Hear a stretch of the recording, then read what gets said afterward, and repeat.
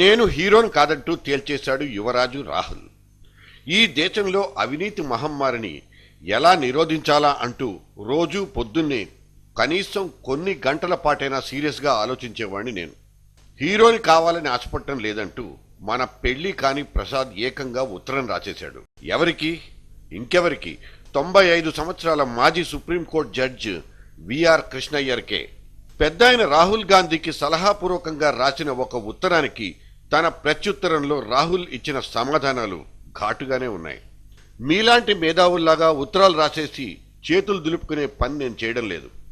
ఈ కుళ్ళిపోయిన వ్యవస్థను బాగు చేయడం ఎలా అని నేను ప్రాక్టికల్గా ఆలోచిస్తానే తప్ప అప్పుడప్పుడు ఏవో ఉత్తరాలు రాసి పారేసి మనలో ఉన్న ఉద్రేకాన్ని చల్లబరుచుకునే పని నేను చెయ్యబోనంటూ తిరుగుటాపాలో తిరగమోత తగిలించి మరీ ముసలాయనకు వడ్డించాడు Rahul.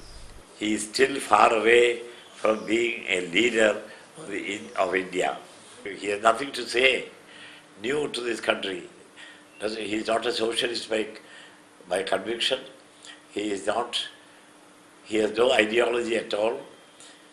Such a person, when he goes in the villages, people out of curiosity to see this man come and see. He agrees with my criticism. He says that this government is a rotten government. What more criticism is required of this present government? Manmohan Singh has got a complimentary tribute from this boy. He says more than once in that short letter, he has said this rotten government. సరే, పెద్ద ఆయనేదో చాదస్తం కొద్దీ 4 విమర్శలు చేస్తే సర్దుకుపోవాల్సిన కుర్రకారు మరీ ఇంతగా రెచ్చిపోవడం ఏమిటంటూ ఇప్పటికే ఢిల్లీ సర్కిళ్లలో రాహుల్ మీద విమర్శలు మొదలయ్యాయి. ఒక అన్నా హజారే లాంటి వాళ్లు దీక్షలు చేసి అవినీతి మీద పోరాడే స్థాయి దాకా తీసుకొచ్చిన ఘనత అధికారంలో ఉన్న కాంగ్రెస్ది కాదా అంటే రాహుల్ తన తలనెక్కడ పెట్టుకోవాలన్నది సదరు విమర్శకుల అభిప్రాయం. పైగా మన్మోహన్ సింగ్ వంటి వాళ్ళని అడ్డం పెట్టుకుని అధికారం చెలాయిస్తున్న కాంగ్రెస్ పెద్దలు చేసిన వరుస కుంభకోణాల్ని ఎందుకు ఈ గాంధీలు చోద్యం చూసినట్లు చూశారు? ఆంధ్రప్రదేశ్ లాంటి రాష్ట్రాల్లో ఏం జరుగుతుందో నాకంతా తెలుసు అంటూ అరిగిపోయిన రికార్డు మంత్రాన్ని ఆలపించే సోనియా ఇన్నేళ్లు మౌనం ఎందుకు వహించారు?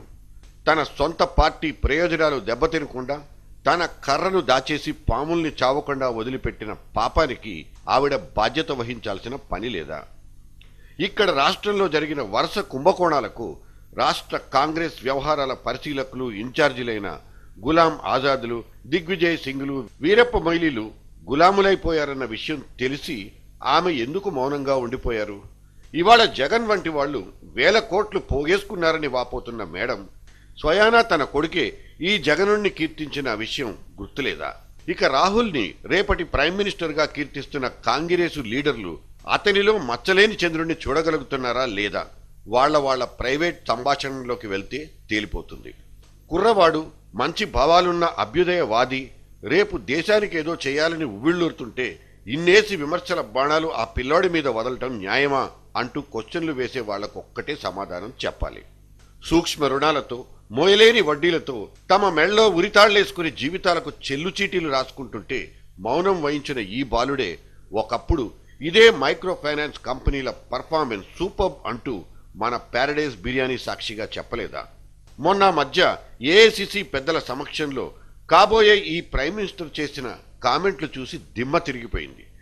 లక్షల కోట్ల రూపాయల్ని సంక్షేమ కార్యక్రమాల కోసం ఖర్చు పెడుతున్నాం, ఈ డబ్బు లబ్ధిదారులకు సరిగ్గా చేరడం లేదు కాబట్టి ప్రైవేటు వ్యక్తులు, సంస్థలకు అవుట్సోర్సింగ్ ద్వారా టర్న్కీ బేసిస్ మీద అప్పచెప్పేస్తే పోలా అంటూ తన మాటల తూటాల్ని పేల్చిపారేశారు రాహుల్. ఇంకేముంది, అగ్గంటుకుని రచ్చరచ్చైపోయింది.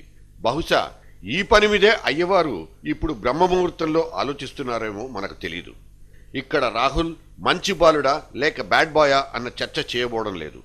రేపు మీకు కాబోయే ప్రధాని ఇతనే అంటూ పదే అతని బొమ్మ చూపిస్తుంటే అంత గొప్పవాడే ఆలోచనలు ఎలా ఉంటాయో తెలుసుకోవడానికే ఈ చిన్ని ప్రయత్నం చేయాల్సి వచ్చింది. జనానికేం పోయింది?